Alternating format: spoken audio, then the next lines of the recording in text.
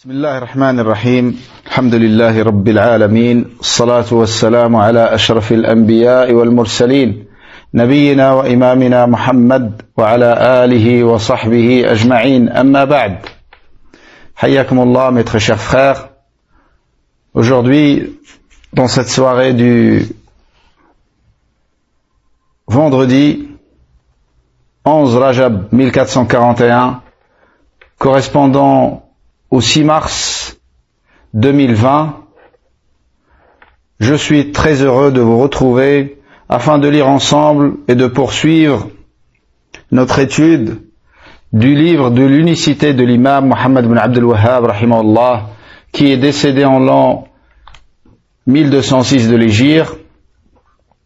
Qu'Allah lui fasse grandement miséricorde et qu'Allah nous fasse profiter de toute la science contenue dans ce livre fondamental pour la compréhension de Tawhid et en particulier de l'unicité de l'adoration, qui est la catégorie du Tawhid pour laquelle Allah Azza wa Jal a envoyé les messagers et les prophètes, car l'humanité dans sa globalité acceptait l'unicité d'Allah dans la seigneurie, à part quelques individus, mais de manière générale, les fils de Adam, dans leur globalité, ils n'avaient pas de problème avec l'unicité d'Allah dans la seigneurie. C'est tellement clair et évident que Allah Azza wa Jal est l'unique Seigneur, l'unique souverain, l'unique créateur, l'unique gestionnaire de tout son royaume, subhanahu wa ta'ala. Et dans le Coran, vous trouvez souvent qu'Allah subhanahu wa ta'ala, après avoir rappelé l'unicité de la seigneurie, il ordonne qu'ils soient unifiés dans la divinité et dans l'adoration. Car celui qui reconnaît en Allah subhanahu wa ta'ala unique souverain, il doit forcément se soumettre à sa volonté et l'unifier avec son adoration, car il est l'unique divinité qui mérite l'adoration. Et tout ce qui est adoré en dehors de lui, c'est caduc. Et ce livre, il traite principalement, comme on l'a rappelé à plusieurs reprises, de l'unicité d'Allah dans la divinité, tout en consacrant quelques chapitres à l'unicité d'Allah dans la seigneurie et dans les noms et les attributs. Aujourd'hui, nous allons voir, on va commencer par deux chapitres, le chapitre 54 et 55, qui sont en lien avec la demande. Donc le chapitre 55 que l'imam Muhammad ibn Abdul Wahhab rahimahullah a intitulé Babun la yuraddu man sa'ala billah. Chapitre, on ne rejette pas et on ne refuse pas celui qui demande par le nom d'Allah. Et le chapitre suivant, qui est le chapitre 55, Babun la yus'alu biwajhi Allahi illa al-jannah. On ne demande par la face d'Allah que le paradis. Donc ces deux chapitres qui sont intimement liés l'un à l'autre, qui concernent deux côtés d'une même question. Et ça rentre toujours dans cette série de chapitres que l'imam Muhammad ibn Abdul Wahhab rahimahullah a fait dans ce livre, dans le domaine du devoir d'avoir la politesse avec Allah subhanahu wa ta'ala et de faire preuve de glorification et de vénération envers Allah subhanahu wa ta'ala, même dans nos propos. Et ça fait partie de Tawhid. Ça fait partie de Tawhid de bien choisir les termes qu'on utilise quand on s'adresse à Allah subhanahu wa ta'ala ou quand on décrit Allah subhanahu wa ta'ala. On ne parle pas avec ce qui nous passe par la tête. Ça, c'est un domaine extrêmement minutieux et extrêmement dangereux, dans lequel le muwahhid, il fait très attention et il fait preuve de politesse et de convenance, même dans le choix des paroles qu'il utilise et des mots qu'il utilise. Donc, on ne refuse pas celui qui nous demande par le nom d'Allah. Babun la yuraddu man sa'ala billah. Celui qui nous demande par Allah, on ne le refuse pas. Et on doit exaucer sa demande. Et ça fait partie de Tawhid. Quelqu'un qui glorifie Allah, quand tu lui demandes par Allah, il te donne. Surtout si tu lui demandes des choses de dunya, dont Allah nous a décrit sa valeur, depuis son début jusqu'à sa fin, elle ne vaut même pas l'aile d'une mouche. Alors comment refuser quelque chose de cette dunya, en connaissant sa bassesse, quand on te demande par celui que tu glorifies et que tu vénères le plus, qui est Allah subhanahu wa ta'ala. Quand on te demande par Allah subhanahu wa ta'ala, par le nom d'Allah subhanahu wa ta'ala, ça a plusieurs cas de figure. Le premier, c'est quand on te demande une chose qui est déjà une obligation pour toi. Par exemple, le père, quand il demande, ou la mère, elle demande à son fils, par le nom d'Allah, elle lui dit, je te demande par Allah d'être bon vis-à-vis de moi. La bonté envers les pères et les mères, c'est une obligation, bien évidemment, qu'Allah nous a rendu obligatoire. Et c'est une des plus grandes obligations dans l'islam. Et quand on te demande par le nom d'Allah une chose qui est déjà une obligation pour toi, ça la confirme et ça la rend encore plus obligatoire.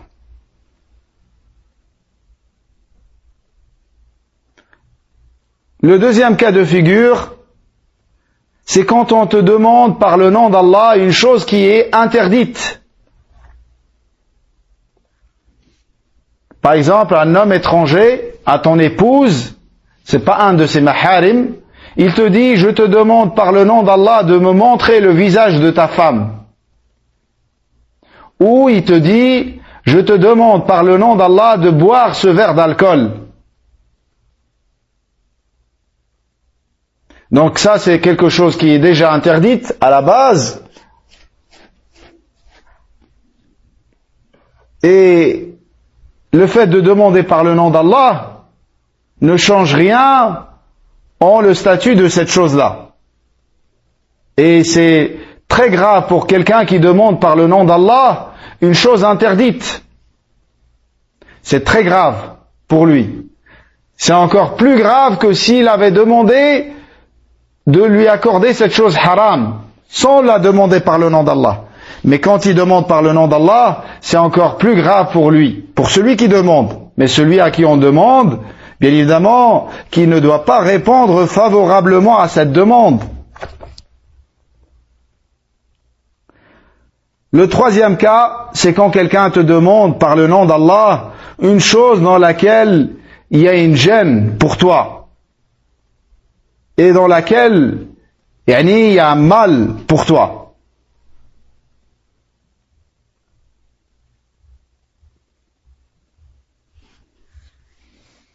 Quelqu'un qui te demande une chose dans laquelle il y a une difficulté, une gêne importante pour toi. C'est pas complètement impossible pour toi, mais le fait de répondre à sa demande, ça va te mettre dans une grande gêne.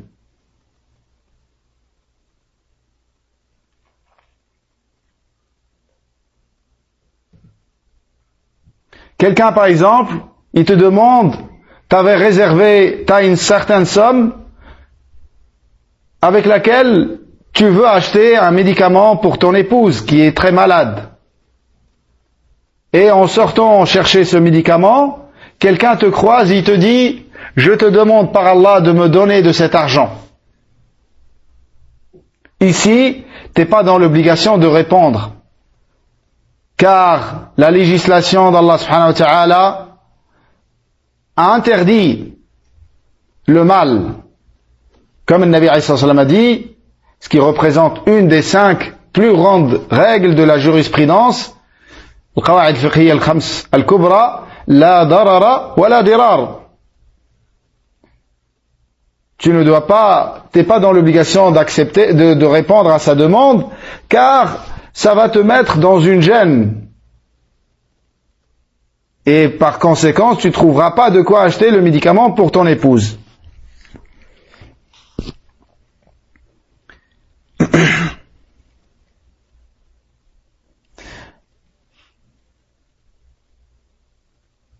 Et également, il y a des demandes dans lesquelles il y a une transgression. Il y a une transgression. Comme quelqu'un qui voit un homme possédant, par exemple, 2 maisons, il lui dit, je te demande par Allah de me donner ta 2e maison.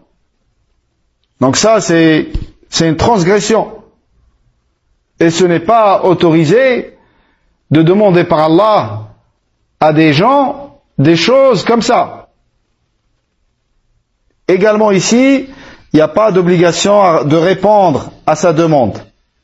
Et le 5e cas, c'est le cas qui rentre dans ce chapitre et qui est visé par ce chapitre, c'est quand quelqu'un te demande une chose qui n'est pas une obligation pour toi, à la base. Une chose qui est autorisée. Et dans sa demande, il n'y a ni mal, ni gêne, ni transgression.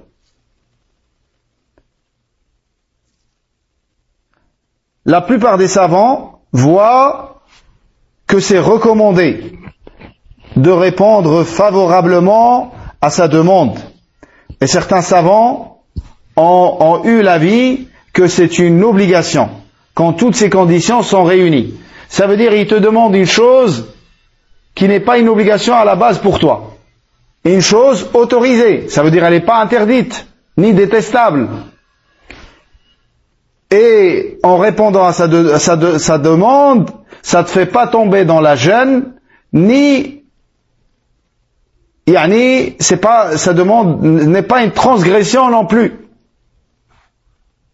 Il ne te charge pas une chose au-dessus de ta capacité, comme l'exemple qu'on a vu, de celui qui te demande, en sachant que tu as 2 maisons, il te demande de lui donner une maison. Et ça se demande pas comme ça. Tu ne demandes pas à quelqu'un de te donner une maison parce qu'il en a 2.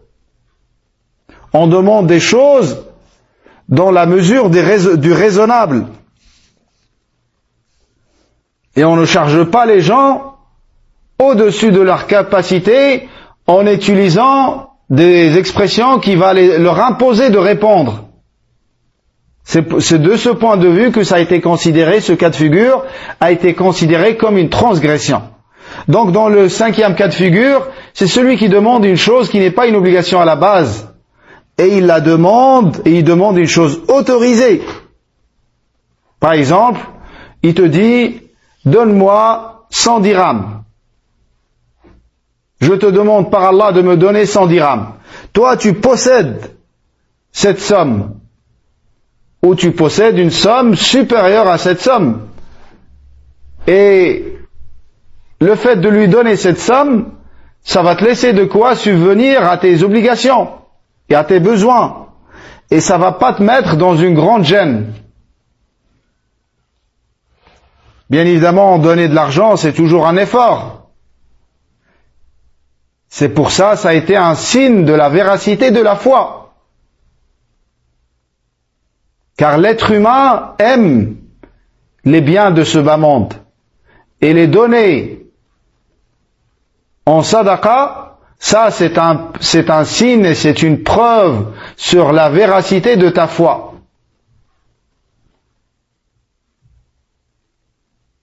Mais des fois, Shaitan, il vient aux gens avec des shubuhat, afin qu'il ne donne pas de sadaqa. Un exemple très courant, surtout en France, où il est demandé de contribuer dans les mosquées ou de contribuer dans d'autres projets, dont l'intérêt est pour le musulman, et des projets qui sont tenus par des gens de confiance. Tu vas trouver certains de nos frères, qu'Allah nous pardonne et leur pardonne, et nous facilite le bien à tous, qui refusent de participer. Et quand tu lui demandes la raison, il te dit « j'économise pour mon immigration ». Et ça, en plus d'être une ambiguïté avec laquelle Shaitan l'a fait détourner de ce bien, ça comporte une mauvaise pensée vis-à-vis d'Allah subhanahu wa ta'ala. Comment tu peux croire que faire un bien qu'Allah aime peut t'handicaper dans ton émigration?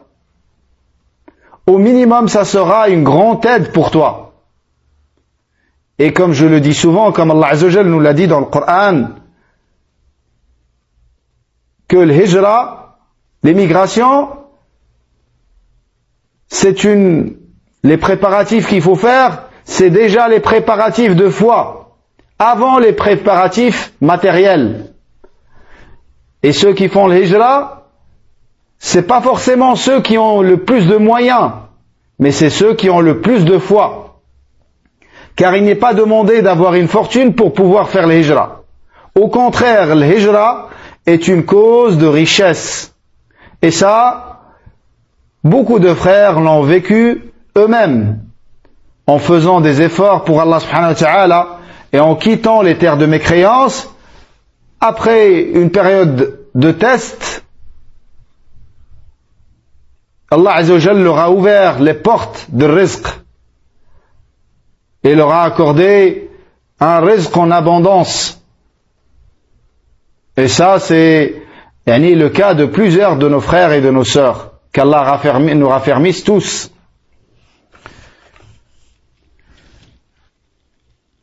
Donc ce cinquième cas, la plupart des savants voient qu'il est recommandé seulement et non pas obligatoire. Donc quelqu'un, il te demande de lui donner 100 dirhams parce qu'il est dans le besoin. Il en a besoin pour nourrir ses enfants. Et en lui donnant cette somme, ça va pas te mettre dans une gêne. C'est pas uniquement cette somme que tu as et tu la gardes pour une obligation vis-à-vis de un des membres de ta famille ou des choses comme ça. Dans ce cas-là, la plupart des savants voient que c'est recommandé que tu lui donnes par vénération et glorification à Allah subhanahu wa ta'ala. Car il t'a demandé par Allah. Et un muwahhid, quand tu lui demandes par Allah, c'est comme si tu as placé une épée sur son cou. C'est beaucoup plus contraignant pour lui, tellement il vénère Allah, que les menaces des rois de la terre. Et certains savants ont vu que de répondre à sa demande dans ces conditions-là, c'est une obligation. Pour le hadith qu'on va lire, que l'imam Muhammad ibn Abdul Wahhab rahimahullah a rapporté dans ce chapitre. Et certains savants ont dit que quand il te demande à toi personnellement, c'est pas il rentre dans une mosquée ou dans un groupe de personnes et il demande sans spécifier une personne. Ils disent quand il vient, il s'adresse à toi personnellement. Il te demande une chose bien précise. Par exemple, 100 dirhams, et que tu es capable de lui donner, et que cette personne n'est pas un professionnel de la manche. C'est son travail, son métier. C'est quelqu'un qui est tombé dans une nécessité, dans un besoin, et il s'est adressé à toi, il t'a demandé personnellement. Ils disent, ici, c'est une obligation que tu lui donnes. Et de toute manière, mes frères, quand quelqu'un te demande par Allah, c'est quelque chose d'immense. Il ne faut jamais délaisser de répondre à sa demande, surtout quand cela est possible pour toi, quand tu as la capacité. Et pense du bien d'Allah subhanahu wa ta'ala. qui te remplacera ce que tu as donné par meilleur, en plus de le trouver chez lui, et que ce sont des économies que tu fais pour ta propre personne. En réalité, ce que tu auras, c'est les choses que tu as données pour Allah. Et Allah, il les fait fructifier pour toi. Allah, il les fait fructifier pour toi au point où une sadaqa, petite dans sa valeur, devient immense auprès d'Allah avec la sincérité de celui qui a donné. Donc la mesure, c'est pas uniquement combien tu as donné. C'est la proportion par rapport à ce que tu possèdes déjà. Quelqu'un qui possède des millions, quand il donne 1000 dirhams, c'est pas comme quelqu'un qui possède 1000 dirhams et il donne 500 dirhams. Celui-là, il a donné la moitié de sa fortune. Et l'autre, il a donné un pourcentage minime de sa fortune. Et en plus, parmi les points qui augmentent la valeur de la sadaqa, c'est la sincérité. Tu l'as donné pour Allah subhanahu wa ta'ala. Et également parmi les points qui augmentent la valeur de la sadaqa, c'est son profit. Quelqu'un qui a creusé un puits dans un désert aura forcément plus de récompense que quelqu'un qui l'a creusé à côté d'une rivière. Même si ça a coûté le même montant. Donc on regarde aussi le profit tiré de cette sadaqa. Quelqu'un qui donne de l'argent pour distribuer des livres de science à des gens qui vont les lire, c'est pas comme quelqu'un qui donne du pain. C'est-à-dire il donne à manger. Les deux sont dans le bien, mais le premier, il est à un degré bien évidemment supérieur. Donc on regarde le profit. Et on regarde également l'effet de la sadaqa sur la personne. Quand tu donnes à quelqu'un qui est extrêmement pauvre un montant et que tu vois sur lui une joie immense, ça aussi, ça joue dans la valeur de la sadaqa. Si tu donnes le même montant à quelqu'un qui a une situation moyenne, ça va pas procurer la même joie chez lui que l'autre personne, la première personne. Donc ça, c'est quelques critères, mais il y en a d'autres également. Mais le critère le plus important, mes frères, c'est la sincérité. C'est l'ikhlas. Et c'est pour avoir cet ikhlas que nous apprenons le tawhid. Afin de connaître pour qui tu œuvres. Et plus tu connais Allah, plus tu vas œuvrer pour les gens. Et moins tu vas œuvrer pour les gens, et moins tu vas tomber dans l'ostentation. Mais il faut jamais croire que tu es à l'abri. C'est une bataille jusqu'à ce que ton âme quitte ton corps. Et tant que tu es dans la voie des efforts pour avoir la sincérité, et que tu réalises quand est-ce que tu es tombé dans l'ostentation, et quand est-ce que tu as été sincère, alhamdulillah, remercie Allah et demande-lui la fermeté, car t'es dans le bien. Le Nabi alayhi salatu wassalam a dit dans un hadith qui a été authentifié par Cheikh Al-Albani rahimahullah, il a dit: Ala ukhbirukum bi sharri an-nas, rajulun yus'alu billahi wa la yu'ta. وفي لفظ آخر في ضبط آخر رجل يسأل بالله ولا يعطي به فجمع بين الشرين. Donc le Nabi alayhi salam il dit dans ce hadith qui a été authentifié par Cheikh Al-Albani rahimahullah, ne vous informez-je pas qui est le pire des gens? Wal'iyadhu billah. Quand tu entends ça, ça te fait peur. Qui est le pire des gens? Le Nabi alayhi salam a dit: un homme qui demande par Allah, à qui on demande par Allah, et il ne donne pas. Et ces hadiths, il faut les comprendre à la lumière de ce qu'on a vu précédemment. Tu as 2 maisons, il te dit par Allah, donne-moi une maison, tu rentres pas ici. Il te dit par Allah, laisse-moi voir le visage de ta femme, tu rentres pas ici non plus.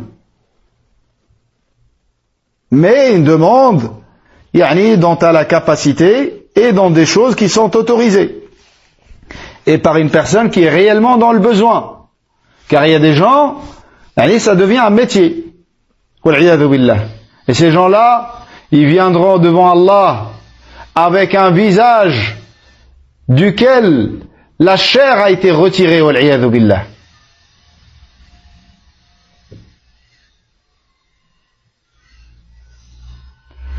Nas'alullah as-salam wal-'afiyah.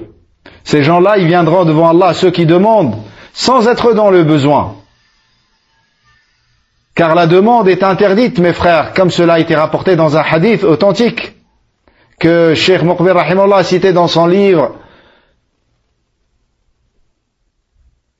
Al-Faqr, la pauvreté et le jugement de la demande, ou un chapitre, un titre proche.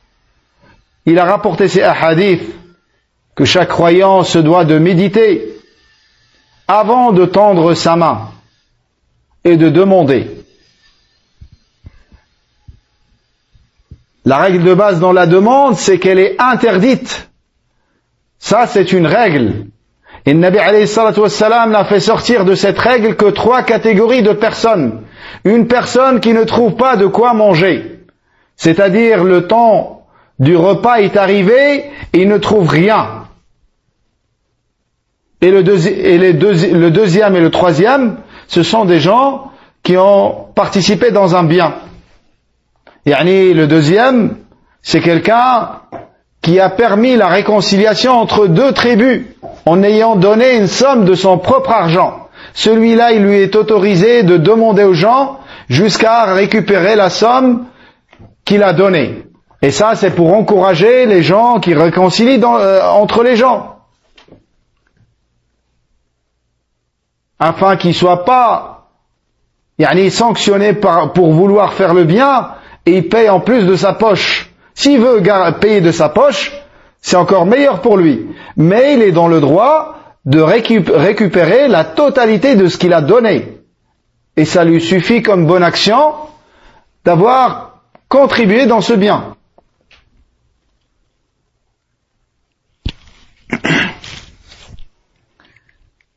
Donc le Nabi alayhi salam a dit, le pire des gens, c'est celui à qui on demande par Allah, il ne répond pas, et il ne donne pas, il refuse. Et dans un autre dabt, en changeant les harakat, ça a été lu ce hadith, rajulun yas'alu billahi wa la yu'ta bih. Donc c'est le deuxième, dans le premier il y a un mal. C'est quand tu lui demandes par Allah, il te donne pas. Le deuxième, il a regroupé 2 mots. Lui-même, il demande par Allah. Et quand on lui demande par Allah, il refuse. Donc on va voir dans le chapitre suivant qu'il n'est pas permis à la base de demander par Allah Azza wa Jal, que les choses de l'au-delà, le paradis, les choses qui ont de la valeur auprès d'Allah. Par contre, les choses de dunya, on ne demande pas par Allah. Mais c'est pas parce que lui, il a demandé une chose de dunya par Allah que toi, tu dois lui refuser. Toi, tu as un autre discours. Toi, on te dit, quand on te demande par Allah, accorde. Dans la mesure du possible. Et selon tes capacités. Et lui, on lui dit, ne demande jamais par Allah que les choses qui ont de la valeur. Ne demande jamais par le nom du glorieux et du majestueux, qui est Allah subhanahu wa ta'ala, que les choses qui ont de la valeur. Et dunya n'a pas de valeur auprès d'Allah. Dans sa totalité, depuis son début jusqu'à sa fin, elle ne vaut même pas l'aile d'une mouche auprès d'Allah subhanahu wa ta'ala. C'est pour ça qu'on ne demande pas par Allah les choses de dunya. On demande les choses de l'akhirah.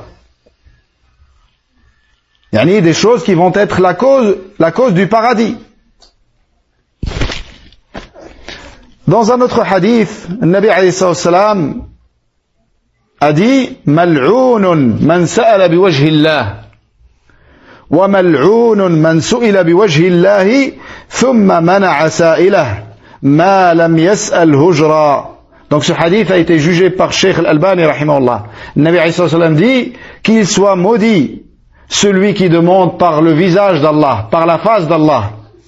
La face d'Allah, c'est un attribut d'Allah subhanahu wa ta'ala, comme il convient à sa grandeur et sa majesté subhanahu wa ta'ala. Maudit celui qui demande par la face d'Allah.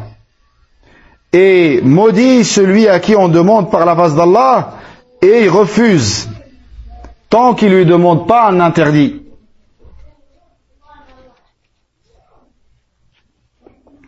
L'imam Mohammed ibn Abdul Wahhab dans ce chapitre a rapporté un hadith selon Abdullah ibn Umar radiyallahu anhuma dans lequel le Nabi alayhi sallam dit Man ista'adha billahi fa'a'idhuh wa man sa'ala billahi fa'a'tuh ومن دعاكم فأجيبوه ومن صنع إليكم معروفا فكافئوه فإن لم تجدوا ما تكافئوه فادعوا له حتى تروا أو حتى تروا كلاهما حتى تروا أنكم قد كافأتموه رواه أبو داود والنسائي بسند صحيح. والحديث أورده الشيخ الألباني رحمه الله في السلسلة الصحيحة برقم 54 و200. Donc dans ce hadith, Nabi alayhi salam dit si quelqu'un cherche refuge au nom d'Allah, accordez-le lui. Et si quelqu'un vous demande quelque chose au nom d'Allah, accordez-le lui. Et si quelqu'un vous invite, répondez à son invitation. Répondez à son invitation. Et si quelqu'un vous accorde une faveur ou vous rend un service, récompensez-le. Et si vous ne trouvez rien pour le récompenser, invoquez Allah jusqu'à ce que vous considérez l'avoir récompensé. Le hadith a été rapporté par Abu Daoud al-Nasa'i avec une chaîne de transmission authentique, comme a dit l'imam Mohammed ibn Abdul Wahhab. Et Cheikh Al-Albani l'a cité dans la chaîne de hadith authentique avec le numéro 254. Donc dans ce hadith, le Nabi alayhi salam, il dit celui qui cherche refuge au nom d'Allah, c'est-à-dire il cherche refuge contre ton propre mal ou contre le mal de quelqu'un d'autre, accordez-le lui. Et celui qui vous demande par le nom d'Allah, donnez-lui et répondez favorablement à sa demande. Et celui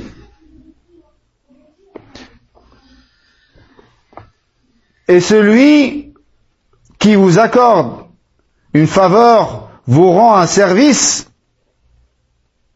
quelle que soit la catégorie de ce service. Il te donne de l'argent, il t'aide à transporter des affaires, ainsi de suite. Quel que soit le service, quelle que soit cette faveur. Le Nabi alayhi salam, écoutez bien ce qu'il a dit, il a dit récompensez-le. Donc ça, c'est le premier degré. Et ça, c'est la première chose qui est demandée. C'est que tu le récompenses avec quelque chose égal, au minimum, voire supérieur, de préférence. Quelqu'un, il te donne un cadeau d'une valeur de 100 dirhams, donne-lui un cadeau d'une valeur de 100 dirhams. Si c'est pas plus, mais minimum 100 dirhams. Et c'est ainsi était la sunna du prophète alayhi salatu wassalam. Nabi alayhi salatu wassalam, quand il recevait un cadeau, et il acceptait toujours les cadeaux, il donnait quelque chose d'égal, voire meilleur. Et il y a en cela une sagesse immense. C'est que le cœur du fils de Adam penche et s'attache à ceux qui lui font du bien et qui lui rendent des services. Et ça, c'est une règle générale dans les fils de Adam. excepté des gens mauvais dans la nature humaine, a été corrompu. Tu lui rends un service, il devient encore plus méchant et plus mauvais avec toi. Mais l'être humain, à la base, Allah Azza wa Jal, tel qu'il a créé, il penche vers celui qui lui rend des services ou qui lui donne des faveurs. C'est comme ça qu'Allah Azza wa Jal l'a créé. C'est pour ça, pour faire aimer Allah à quelqu'un, il suffit de lui rappeler ses bienfaits sur lui. Car ça, c'est une nature chez l'être humain. Et cette nature, bien évidemment, elle peut être corrompue. Au point où il y a des gens, plus tu lui fais de bien, plus il devient mauvais avec toi et il veut ton mal. Et par rapport à ça, il y a une anecdote, une histoire qui est citée dans les livres des hommes de science. Il ne me vient pas à l'instant la source, mais en tout cas c'est une histoire authentique d'un homme qui était voir un sorcier, un sahir, pour faire du mal à son voisin. Et le sorcier lui a demandé pourquoi tu veux lui faire du mal. Il a dit, cet homme, à chaque fois je pars en voyage, il s'occupe de ma famille comme si j'étais présent. Il ne manque de rien. S'ils ne sont pas mieux quand je suis absent que pendant ma présence. Il ne les prive de rien. Il les aide, il leur achète tout dont ils ont besoin et ainsi de suite. Et il a dit en plus de ça, plus il fait de bien, plus sa richesse augmente et plus Allah il lui ouvre les portes de rizq. C'est pour ça que je le déteste et je veux lui faire du mal. Shaitan qui était avec ce sahir, il lui a dit, fais-lui ce qu'il veut, car cet homme, il est pire que nous les shayatines. Il lui a dit, il est pire que nous, même nous les shayatines. On sait que le shaitan, c'est le mal pur. Shaitan, c'est une créature dans laquelle il n'y a pas du bien du tout. C'est une créature, c'est un mal pur. Comme les anges, c'est un bien pur. Et l'être humain et les djinns, c'est un mélange. Il peut y avoir plus de bien ou plus de mal. Et plus leur foi augmente, plus ils se rapprochent de l'état du bien pur. Donc, Nabi Aïssa salam, il nous a enseigné un enseignement précieux ici. Il a dit, celui qui vous rend un service, qui vous fait une faveur, récompensez-le.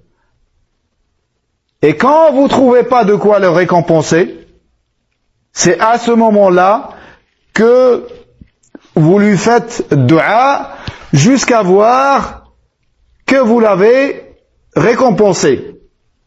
Ou jusqu'à ce que les gens voient que cette quantité de dua qui lui a été faite, elle est égale à sa faveur. Deux compréhensions de ce hadith. Donc, quelqu'un qui te rend un service, tu dois le récompenser d'abord. C'est pas il te rend un service, tu lui dis barakallahu fik seulement. Il te rend un service, tu dois lui rendre un service égal ou supérieur. De la même catégorie ou d'une autre catégorie. Et si tu n'as pas la capacité, c'est à ce moment-là que tu te contentes de lui faire dua. C'est pour ça, Aïcha radiallahu anha, la mère des croyants, elle avait donné en sadaqa une partie d'un mouton qu'elle a sacrifié, et quand elle a donné ça à son serviteur pour passer aux gens qui étaient dans le besoin, elle lui a dit, qu'est-ce qu'ils ont dit quand tu leur as donné? Ils ont dit, barakallahu fikum. Elle lui a dit, retournez, dis-leur, wa fikum barakallah. Comme ça, dua contre dua, et il nous reste la récompense complète de notre bonne action. Cela, bien évidemment, ils nous ont donné beaucoup de d'exemples et beaucoup de... c'est les modèles à suivre. Et quand tu sais que tu comprends pourquoi ils sont arrivés à ce degré dans leur sadaqat et dans leur bienfaisance, bien évidemment quand ils font une sadaqa vis-à-vis de quelqu'un, ils ne voient pas qu'ils lui ont rendu service. C'est lui qui leur a rendu service parce qu'il leur a permis de faire une bonne action. Et ça, c'est la sincérité. Quelqu'un qui raisonne comme ça, il va pas t'en vouloir un jour quand il te demande une demande et tu refuses. Parce que lui, il l'a pas fait pour toi, il l'a fait pour Allah subhanahu wa ta'ala. Et ça, c'est le signe de l'homme sincère. Aïcha radiyallahu anha, avant de donner une pièce en sadaqa, elle l'a parfumée. Nous, même quand on veut donner un billet, quand Allah il nous le permet, on va choisir le billet qui est dans le pire des états, qui est déchiré, qui est comme ça, qui est comme ça. Aïcha radiyallahu anha, elle parfumait la pièce avant de la donner. Et quand tu lui en posais la question, pourquoi tu fais cela, aux mères des croyants, elle disait, vous savez entre les mains de qui je place cette sadaqa. Vous savez entre les mains de qui je place cette sadaqa. Elle la place entre les mains d'Allah. Elle ne voit pas la créature. Quand elle fait pour Allah.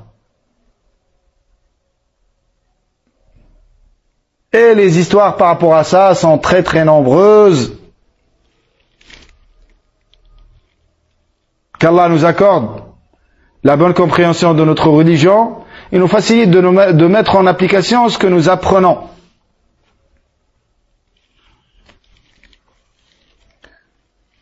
Donc, quand quelqu'un cherche refuge par le nom d'Allah, tu dois le lui accorder.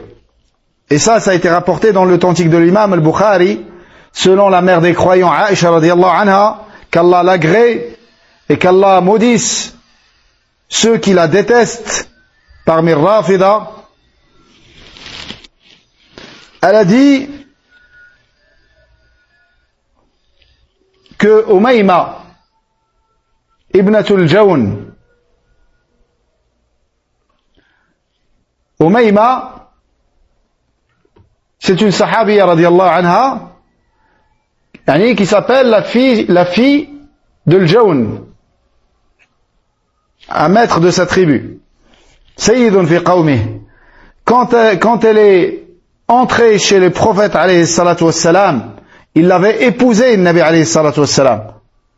Le Nabi alayhi salatu wassalam l'a épousée. Quand elle est entrée chez lui, ils l'ont fait rentrer chez le Nabi alayhi salatu wassalam. C'était sa première nuit avec le Nabi alayhi salatu wassalam, après l'avoir épousé. Elle a dit, A'udhu billahi mink. Je cherche refuge auprès d'Allah contre toi.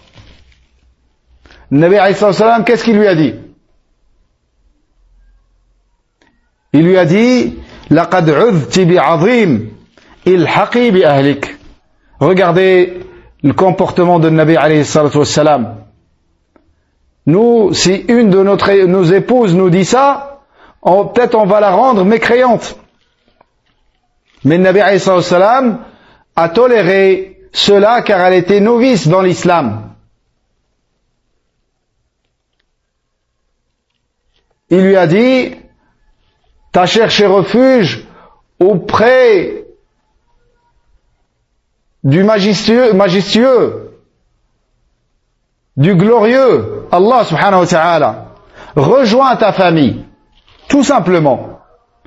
Elle a cherché refuge auprès d'Allah contre le Nabi alayhi salam. Le Nabi alayhi salam lui a dit, rejoins ta famille. Et Ibn Hajar rahimahullah a cité des versions qui expliquent pourquoi elle a dit cette parole. Il a cité que cette femme, elle était d'une beauté exceptionnelle. Elle était extrêmement belle.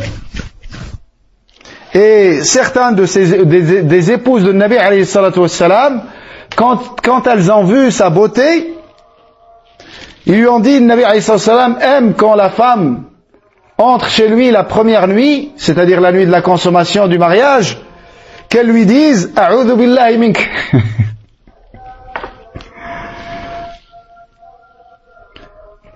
Et c'est comme ça qu'elle a dit ça. Et le Nabi alayhi salam, quand il a appris ce qui s'est passé, c'est là où il a dit, il a ordonné qu'on lui donne un cadeau en plus. Donc cette femme, quand son père est entré dans l'islam, c'est lui qui l'a proposé au Nabi alayhi salatu wassalam. Et quand le Nabi alayhi salatu wassalam a appris ce que certains de ses épouses ont fait, il a dit Inna kunna la antunna sawahibu Yusuf. Vous êtes les femmes qui étaient les compagnonnes de Yusuf alayhi salam, en faisant allusion à ce que la femme de l'Aziz avait fait. Quand les femmes l'ont accusé d'être tombée dans l'amour de son serviteur, qui était Yusuf alayhi salam, elle les a fait réunir dans une assise et elle leur a donné à chacune un couteau. Et ensuite, elle a ordonné à Yusuf alayhi salam d'entrer, de se présenter devant elle.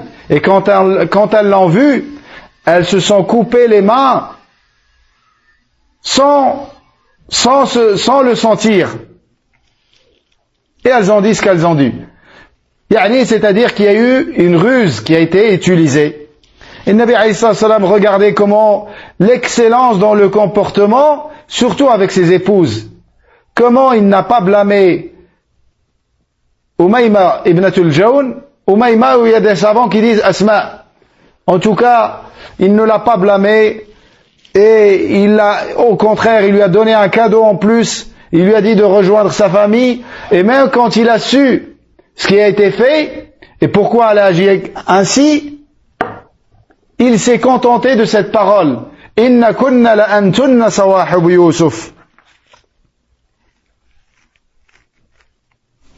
Donc le deuxième chapitre avec lequel nous allons terminer bi'idnillahi ta'ala, dans lequel l'imam Muhammad ibn Abdul Wahhab rahimahullah dit Babun la yus'alu biwajhi Allahi illa al-jannah. On ne demande par la face d'Allah que le paradis.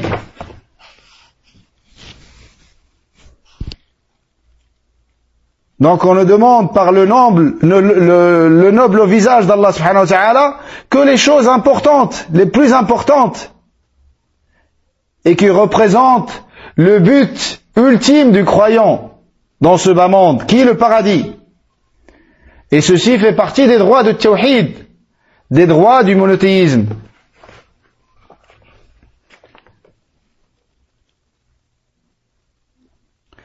L'imam Muhammad ibn Abdul Wahhab rahimahullah rapportait un hadith selon Jabir radiyallahu anhu, قال رسول الله صلى الله عليه وسلم لا يسأل بوجه الله إلا الجنة رواه أبو داود. Donc ce hadith a été jugé faible par Cheikh Al-Albani rahimahullah. Et Cheikh Ibn Baz rahimahullah a dit qu'il est faible, mais il se renforce avec les autres versions. Et le hadith qu'on a vu précédemment le renforce, dans lequel Nabi alayhi salam a dit Mal'ounun man sa'ala biwajhillah. Et ce hadith a été jugé bon par Cheikh Al-Albani, rapporté par Tawarani et jugé bon par Cheikh Al-Albani. Donc, maudit celui qui demande par la face d'Allah, c'est-à-dire celui qui demande par la face d'Allah les choses de dunya.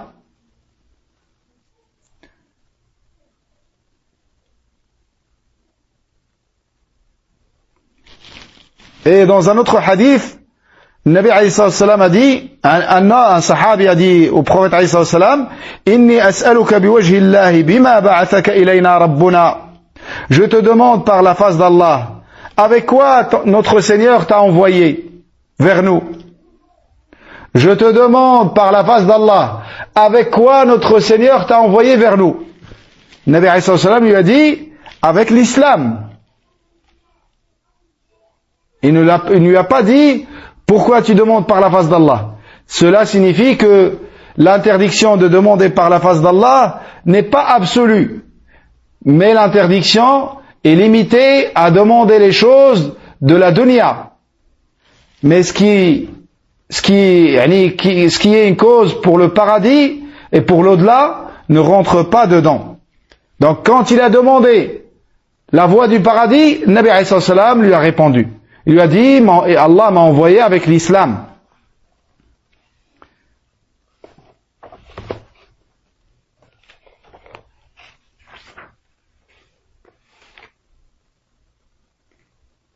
Donc de ce hadith, on va lire d'abord le hadith. Selon Jabir radiallahu anhu, le messager d'Allah alayhi salam a dit, on ne demande par la face d'Allah que le paradis. On ne demande par la face d'Allah que le paradis. C'est-à-dire le paradis et tout ce qui conduit vers le paradis. Et on ne demande pas par la face d'Allah les choses de dunya, de ce bas monde. Tu ne demandes pas l'argent par la face d'Allah. Tu ne demandes pas des choses de dunya par la face d'Allah subhanahu wa ta'ala.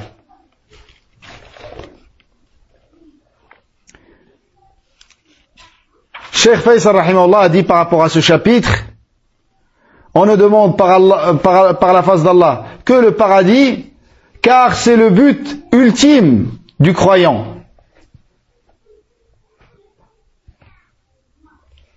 Et également, وكذلك الاستعاذة به مما يبعده منها كما في الحديث الآخر حديث رواه مسلم أعوذ بنور وجهك الذي أشرقت له الظلمات وصلح عليه أمر الدنيا والآخرة أن يحل بي سخطك, rapporté par l'imam Muslim. Donc, on ne demande par la face d'Allah que le paradis et tout ce qui conduit vers le paradis, car c'est le but ultime du croyant. Et on ne demande par le noble face d'Allah que les choses les plus importantes, telles que le paradis et tout ce qui conduit vers le paradis. Et également, on cherche refuge par la face d'Allah contre tout ce qui éloigne du paradis. Tel que ceci a été cité explicitement dans un hadith rapporté par l'imam Muslim, le Nabi alayhi salam a dit, je cherche, a'udhu binuri wajhik, je cherche refuge par la lumière de ton visage, alladhi ashraqat lahu adh-dhulumat, pour lequel les ténèbres se sont illuminées et éclairées, wa saluha alayhi amru ad-dunya wal akhirah, et par lequel s'est réformée l'affaire de ce bas monde et de l'au-delà. Ayyahulla bi sakhatuk, je cherche refuge auprès de toi que ta colère s'abatte sur moi.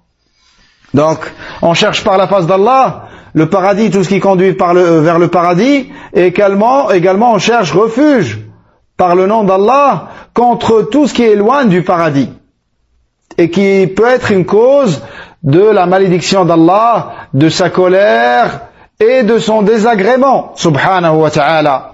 Voilà mes frères pour aujourd'hui et pour ces deux chapitres qui se complémentent, qu'on peut résumer en un mot en disant, on ne demande par Allah que les choses importantes, telles que le paradis et tout ce qui conduit vers le paradis.